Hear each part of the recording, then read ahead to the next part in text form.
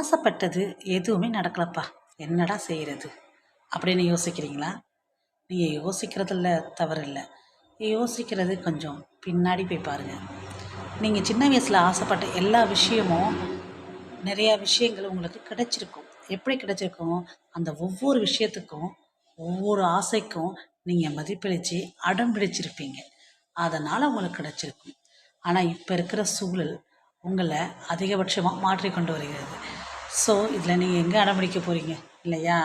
ஆசைகளை விட்டு கொடுக்கவும் ஆசைகளை மறக்கவும் தானே இந்த வாழ்க்கை வாழ்ந்துகிட்டு இருக்கோம். அப்படியே நீங்கள் நினைக்கிறீங்க. முதல்ல அந்த எண்ணங்களை கைவிடுங்க.